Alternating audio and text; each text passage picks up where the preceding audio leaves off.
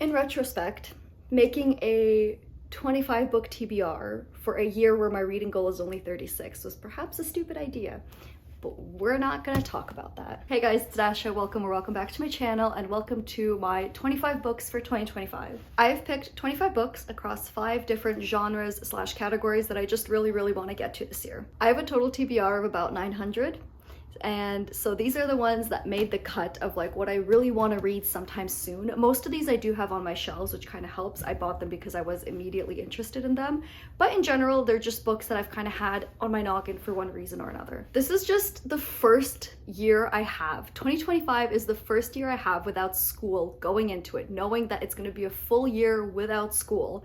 And that's just a really pleasant feeling because I feel like I'm going to have a lot of time to devote to these more difficult, bigger books. If you saw my ringing in the new year tag, you will know that that's one of my priorities for the year, is really just focusing on more difficult books, longer books, harder books, and I think this really reflects that. Another thing I wanted to focus on this year is developing my personal style, and in that spirit, I would like to thank the partner of this video, Ana Luisa. You guys may have heard of Ana Luisa. They are a jewelry brand that focuses on making timeless and sustainable but beautiful pieces that are at any price point that anyone can enjoy, that work beautifully, whether you already have a lot of jewelry like me, or if you're just developing your personal style. When they reached out to me, I was so excited because I have heard about them, but then when I went and looked at their website and what they're all about, I realized just how much they actually are dedicated to sustainability, which is something that is really important for me. On a personal level, I do try to be very mindful and intentional with my consumption, and so I don't really want to just bring in things because I see them on someone else. I don't tend to buy from fast fashion very often, especially for jewelry, and that's where Ana Luisa was just a real godsend because they have beautiful pieces made out of actual high quality materials like sterling silver and solid gold, and they just absolutely embody everything I look for when it comes to my jewelry. For example, you guys always see me wearing rings in videos. I love stacking rings. I have fairly short fingers though, and I noticed that Ana Luisa has a few options for really thin bands, which I really like. So I picked up this one that has this beautiful thin pave stones all over it that I just absolutely love. It looks so elegant and good stacked with my other pieces. I also fell in love with these tiny huggy earrings. They're so stinking cute. I love the way they seamlessly fit on my earlobe. They kind of just hug the ear, you know. I'm not gonna put my finger through them like I sometimes do with my bigger hoops, and they look so cute. I love that they also have the little stone detailing, but also the solid hoop. They just look so good with everything, dressed up or down. I also will note, and this is like incredible for me, I'm Canadian, I live in Canada, and shipping here usually is horrendous in terms of price and speed. No matter where you order from, usually if it's coming from the US, but even inside of Canada, shipping is horrendous. And Ana Luisa was fast and affordable, and that's just such a joy to see as a Canadian. I just really appreciate, in an era of abundance of cheap fashion, that there are companies that are still dedicated to good quality jewelry. It's waterproof, hypoallergenic. They're really focused on quality and price. They're really looking out for us and the planet, and I really appreciate that. So if you are like my mother and you're also wondering where I got these really freaking cute earrings or this beautiful ring, I have a link down in the description that you can go check out if you are interested in looking into Ana Luisa for yourself. Thank you very much, Ana Luisa, for partnering with me. And now let's get into my 2025 TBR. I have separated this, like I said, into 5 categories. We have classics, nonfiction, we have fantasy sci-fi, we have philosophy, and we have kind of other. So let's do some classics, get the kind of boring stuff out of the way. I'm gonna try to go as fast as I can through these so we're not sitting here all day, but I do really want to talk about why some of these have been interesting to me lately. Spoiler alert, a lot of them have to do with my boyfriend, who I got back into reading. I've been kicking his butt for years since we've been together to get back into reading, and over the last few years he has, but now I'm interested in what he's reading, so my TBR has just gotten bigger. For example, I recently picked up a secondhand copy of Anna Karenina by Tolstoy, which is a classic tragic love story, and I meant to read it sometime soon, and then he picked it up and now he's reading it. But I guess that's the price I pay for getting him back into reading. I've been wanting to read this lately because ever since I tackled The Count of Monte Cristo, I've been feeling unstoppable and like I can read absolutely anything. And this is no exception. This was the next one I wanted to tackle, the next big chunky, laborious classic. So I am still looking forward to getting to it. It's just now I have to wait for him to finish it. I played myself there. Another book he's actually read is The Iliad by Homer. I think this needs no introduction, but in case you don't know what it's about, in case you missed the discourse on Twitter, I guess that was more about the Odyssey, but like it was more in general Homer, I think. This is the story of the Trojan War. This is an epic that is over 2,000 years old, and it's just one of those evergreen tales that just exists through humanity. I've been wanting to read this because I just know that it's the basis, this and the Odyssey, are the basis of so many tales that came after it. And I really would like to read, I guess, not the original, if you want to be like that, but where it all started, where it all came from. From what I've seen, the Robert Fagles translation is the best, so I'm hoping that it works for me. There's also a lot of people that are proponents of the Emily Wilson translation of the Odyssey, and she now just finished, or just published the Iliad. But I've also, from the excerpts I've seen, I've found it too simplistic, so I'll have to see where I stand on that. But I'm definitely going to read this since we have this, and I am looking forward to finally reading one of the great epics of humanity. Another very well-known, very loved writer, James Joyce. This is The Dubliners. This is a shorter work than some of his other more well-known things. And I am quite frankly a little bit scared of James Joyce. I think this is a good place to start because if I'm not mistaken, it's a few short stories centered around the people of Dublin, people that James Joyce knew and kind of immortalized in writing. I've heard the things he does with the English language is just incredible, so I'm really excited to try him, but I'm also a little bit nervous because I've heard, you know, some of his works are incredibly complex. People spend their entire lives studying and reading them, and that does terrify me a little bit, but I think this will be a good place to start, and I just really want to understand what people say when they say something is Joycean. Another author that I really want to read this year, specifically this novel of his, does apparently incredible things with the English language as well, which is shocking considering it's not his first language. Nabokov.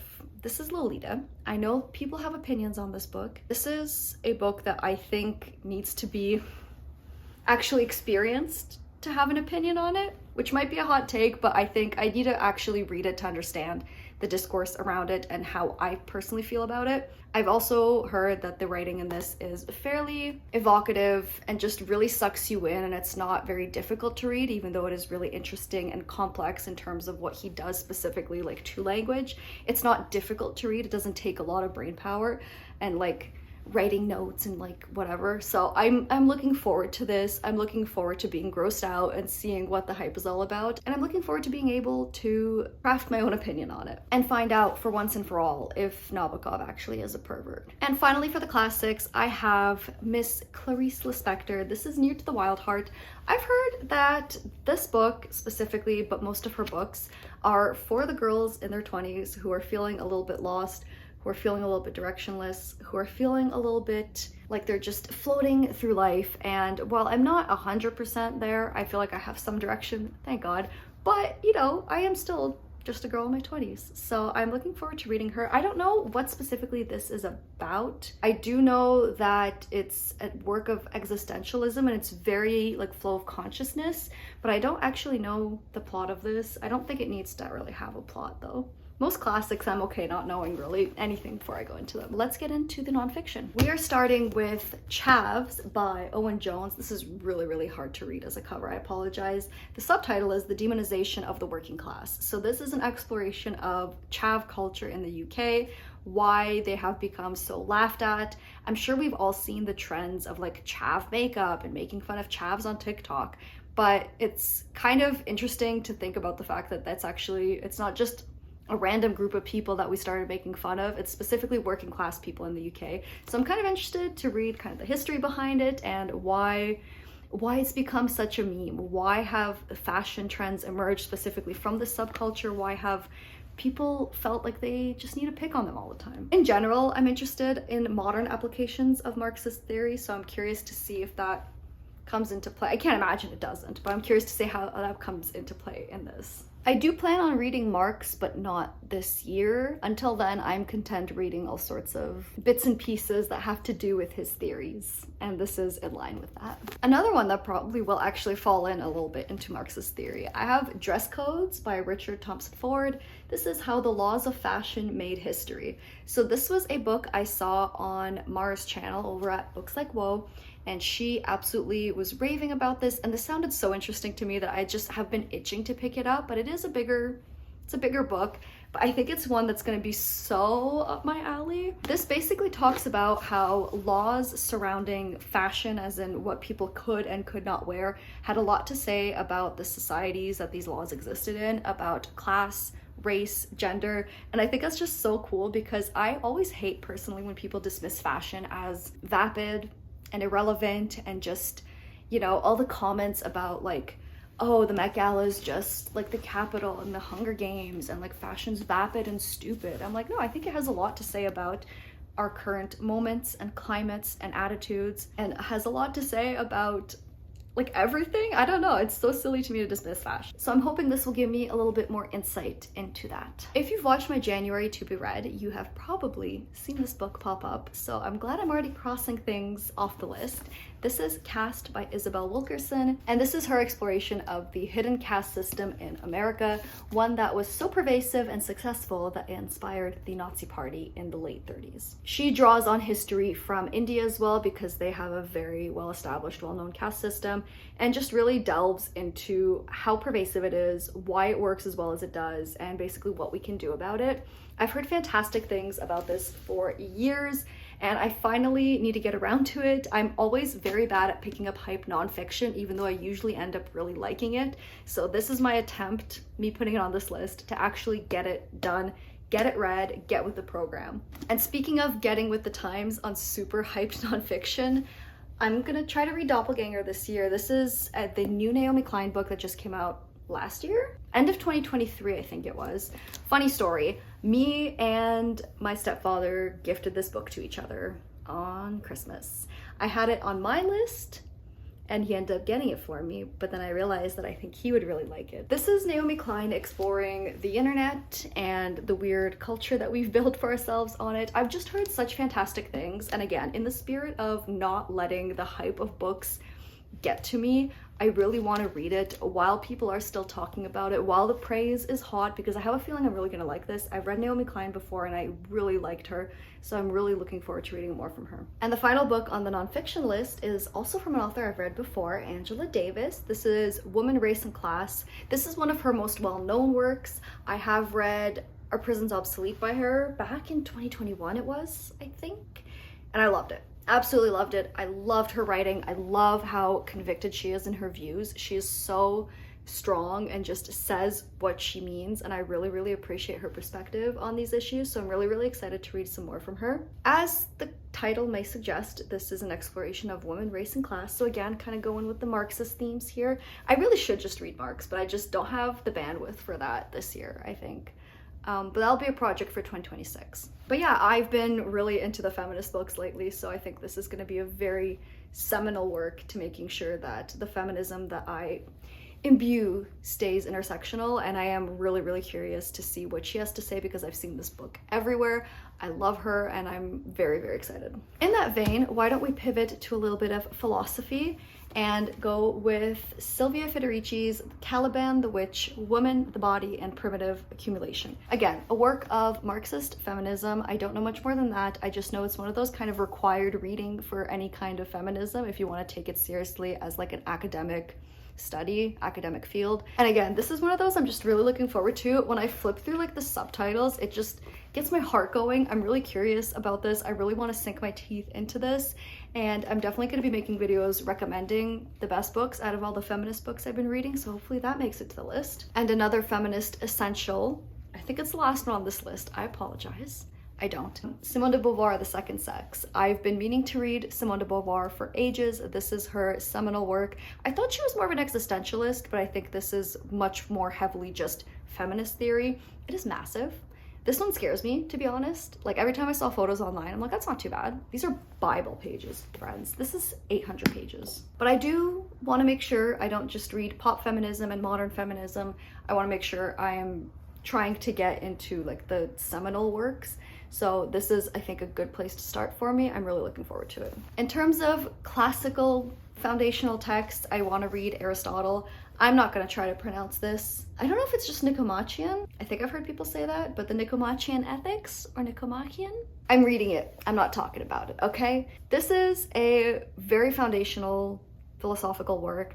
I had to read, I think, an excerpt of it for an ethics class I took in my master's, and I really enjoyed it, but I knew that I wanted to spend some time with it. Like I tried finding it online because it's available for free through the Gutenberg library, I'm pretty sure, or somewhere online, right? Like this is public domain. Obviously it's thousands of years old, but I just was not able to actually just read it online because I wanted to write down in the book and like talk to it, because that's how I usually imbibe philosophy best. So I had to pick up a copy, and now I'm ready to kind of get into it. I want to start actually getting through philosophy books now that I have time and energy. So this is going to be the starting place for more classical philosophy. And then on the suggestion of my boyfriend, he suggested that I follow up Aristotle with Nietzsche, who famously hated Aristotle and thought he was ugly. And color me intrigued. This is Twilight of the Idols and the Antichrist. This is apparently the best place to start with him, as it kind of condenses a lot of his general philosophy into one book. My boyfriend read this. He loved it. He was underlining every page, and he's usually not an annotator, but he was just like, this guy's just like so relatable. I'm really excited because he annotated this specific copy, so I'll be able to go in and see his notes and then add mine and discuss it with him. So this is gonna be a fun little couples activity. I realize out of context that sounds so unhinged, but it makes sense to me. Just annotating and discussing Nietzsche at the bar. That's what normal people do, right? The final book that I've grouped into the philosophy section is not explicitly itself a work of philosophy, but it really heavily discusses and analyzes philosophers and their work, and that is Inventing the Individual by Larry Siedentop.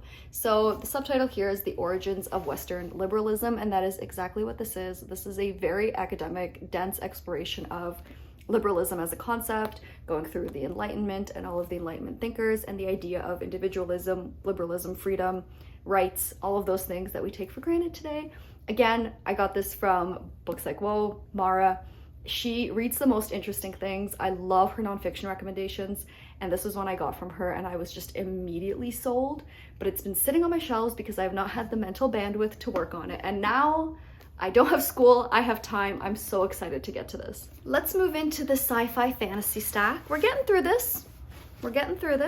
We'll start with the one sci-fi of the whole stack, and that is A Memory Called Empire by Arkady Martin. I've heard about this for years.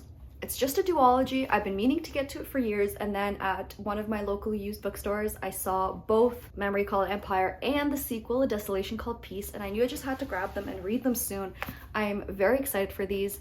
All I know plot-wise is that this follows an ambassador. This is a space opera, and it follows the ambassador from one planet going to another planet, following in the steps of her predecessor who died or vanished under mysterious circumstances. The person you are following, the ambassador, does not think that her predecessor's death was an accident, so she's gonna go try to investigate while navigating politics, which sounds so up my alley. I love politics. Intergalactic politics sounds even better, so I'm really, really hyped for this one. And I don't see a lot of people talk about it, so I'm hoping this will be a sleeper hit. I'm gonna call back again to my January TBR video, if you saw that. One of the series I wanted to read this year was The Lord of the Rings. Now, I did pre-film that a little bit, and since then I've done a little bit of research, and in fact, I'm not reading Fellowship of the Ring in January. I've decided I'll do The Hobbit instead. So I'm still in line with my prompt.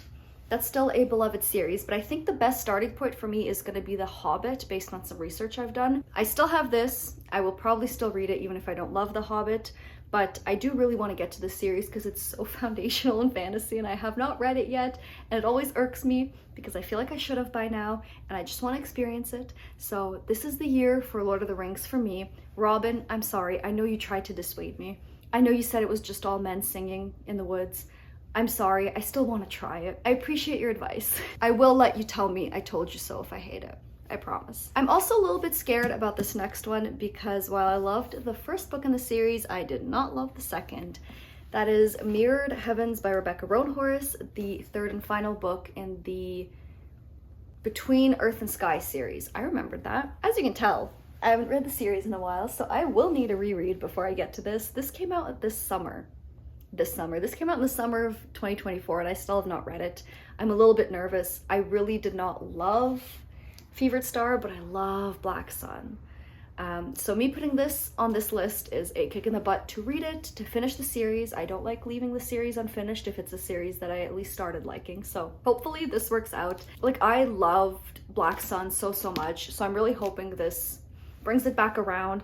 Ray ended up enjoying Mirrored Heavens. She felt the exact same as I did. She liked Black Sun a lot. She did not love Fevered Star, but she ended up enjoying this. So I'm hoping she's correct on this, and I will be very glad if she is. I believe, speaking of Ray, she actually gifted me this copy of The Rage of Dragons by Evan Winters.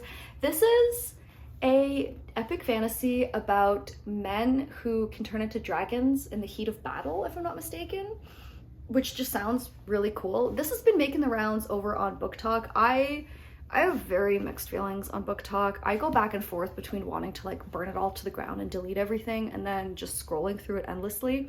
But I do remember at some point in 2024, this was making the rounds, people were talking about it, and then the hype died down very fast, as it tends to do on TikTok. But it renewed my interest in the series. I know the author's been kind of dragging his feet on the third book, but I am still very excited to finally find out what it's all about. There's a lot of people that really love this, so I'm hoping I can join the ranks. And a final beloved series, that is John Gwynn's Malice. This is another one of those just foundational, like modern fantasy series. As far as I know, you are following two people. One of them is slated to be the person that brings salvation to the earth, and the other one is slated to destroy it, but you don't know who is who. Don't quote me on that. I heard that somewhere, and if that's true, that sounds incredible. My problem is, the bigger the premises, I seem to be the more disappointed in lately. Books that have a cool premise tend to really let me down, and the books where I expect nothing out of them going into them, I seem to have the best time with. So hopefully that breaks the curse for me. I'm really hoping to love this. I've heard just such great things about John Gwynn, especially his more recent series, The Shadow of the Gods, but I kind of want to start with this. It's his older work. You know, I don't want to set the bar too high. I feel like this will really work for me. I'm hoping. Our final stack, so it's been 20 books. Our final stack of 5 is the kind of literary horror other. Just the other random stuff that I didn't quite fit into the other categories. I just recently started reading more literary fiction, and I'm not fully sure where I stand on it yet and what really intrigues me. So these are kind of like in-betweens. They're kind of literary, but they kind of fall into other genres. Some of them are really, well, actually they're all really well known. So I'm hoping that at least starting with books that are kind of more universally loved, I might have better luck. For example, the aesthetic girlies, the cool girls, love Rachel Cusk, and I think I might as well. This is Outline, the first book in the trilogy. I think it's just the Outline trilogy, if I'm not mistaken. This is about a woman who goes to Greece for a seminar, and she meets 10 people along the way, and she tells a story through the 10 conversations she has with these people. And I think that sounds kind of interesting. It's pretty short. I picked this up at the end of the year, and then I realized it would probably be a better summer pick. So I might save this in case I go on vacation somewhere, or if I need something kind of quick to pick up. I read the first conversation actually a while back, and I don't know how I feel, but I definitely would read the whole thing and really try to absorb it. For some reason, this seems like it would work for me. I don't know why, it's just a weird gut feeling I have, but my gut has been known to be wrong.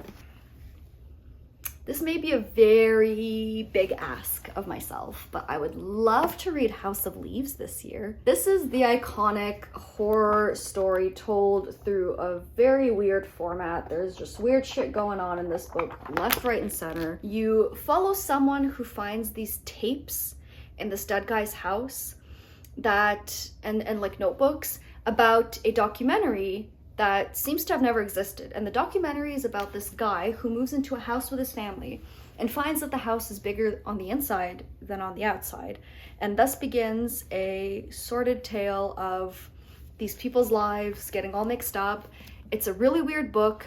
I've had it on my shelf going on to 5 years now. I need to just bite the bullet and read it. I know it's not going to be an easy read, but I do really want to read it. I have a feeling that I'm either going to love this and it's going to be a new favorite of all time, or this will be an absolute miserable experience, but I won't know until I try. I have a very similar point of view on this next one, Trainspotting by Irvine Welsh. Now, this is another Curtis book. This is another book my boyfriend has read and loved. I have watched both the movies and I really, really love them. I'm a little bit more nervous about the books though, because they're written entirely in Scottish dialect. What an insane thing to do to people if they are not Scottish. Based on what I enjoyed about the movie, I could see myself liking this. I just know it's gonna take a little bit of tweaking to actually get myself into it. Similarly to the way it took a little bit of tweaking for my brain to read A Clockwork Orange, because there's fully like slang Russian English dialect in there that's just not even real. It took a little bit of time to get into it, so I feel like that's gonna be the same thing here. But this is a story about a group of friends who are heroin addicts, who are kind of finding themselves through each other, through their addiction, through life. It's a coming of age story, it's a friendship story, it's a story about working class people in Scotland during Margaret Thatcher's time. Like, it's a very interesting layered story. I just don't know how I feel about the writing, knowing about it. So I'm either gonna love it or hate it. And the last two books I do not have physically. The first one is Chess Story by Stefan Zweig? I'm not sure how to pronounce that. I should know because I have tried to learn German a few times. This is a short story and it is about a master chess player on a cruise ship that gets into a match and it turns into this like big discussion. I've just heard really, really good things about it. I also want to read more of the New York Review of Books classics. They tend to republish books that have gone out of print but that are beloved or were really well received back in the day, but just, you know, kind of fell out of print. And I've heard fantastic things about so many of them. Obviously, like Stoner's made the rounds. Other Eve Babbitt's works were published through them. Butcher's Crossing. There's a bunch, right? Like there's so many. Vasily Grossman, I have one of his books that was also published through them. So I want to read more of the New York Review of Books. I've heard that their curation is excellent. They pick really, really good books. And this is just one of the ones I want to start with because it's nice and short and I've heard fantastic things about it and I kind of want to read more underappreciated classics. And the final book on my 25 for 2025 is Half a Yellow Sun by Chimamanda Ngozi Adichie. I hope I pronounced that correctly. I'm not 100% sure what this is about, but I have heard nothing but good reviews for it. I know this is a historical fiction set in Nigeria, but I don't know too much beyond that, but I've heard it is a beautiful exploration of Nigerian history and culture during a difficult time in Nigerian history. And I'm really looking forward to just, again, reading those kind of modern classics, those beloved books that are a little bit less talked about, especially on BookTube and Book Talk. This is one I've heard recommended in my classes. This is one I've heard recommended from, you know, literary institutions. So I think this is one that's going to be good to just broaden my reading horizons. I cannot hold all of these up to stack them all. Actually, let's see if we can just stack them. This will topple. Here is almost everything I would like to read in 2025. Here is my 25 for 2025. Let me know if you've read any of these, if any of these sound interesting to you, if I've put you onto something. I doubt it. These are all fairly well-known books for the most part, but they're just books that, like I said, with my 900-ish book TBR, it's good to have, you know, a little priority list. And this is my priority list for this year. This is books that I've just been really looking forward to trying. I've been trying to focus on reading things that are less so hyped. A lot of these are hyped, but I've, you know, wanted to focus on the difficult, the underhyped, the interesting to me, not following trends. So that's what this has become. So like I said, let me know if you've read any of them, if you've enjoyed any of them, or if you hated any of them. Happy to hear that too. I also do want to remind you that I have the link for Ana Luisa down below in the description if you want to ever check out their jewelry for yourself. I am really, really grateful to them for partnering with me on this video. Looking forward to the new year, looking ahead to our personal goals and resolutions. They are perfect if you want to get started on a personal style journey or anything, you know, if you just want to treat yourself. I won't judge. My social media is linked down there below as well. You guys can always come talk to me there. Other than that, thank you so much for watching and I'll see you next time. Bye!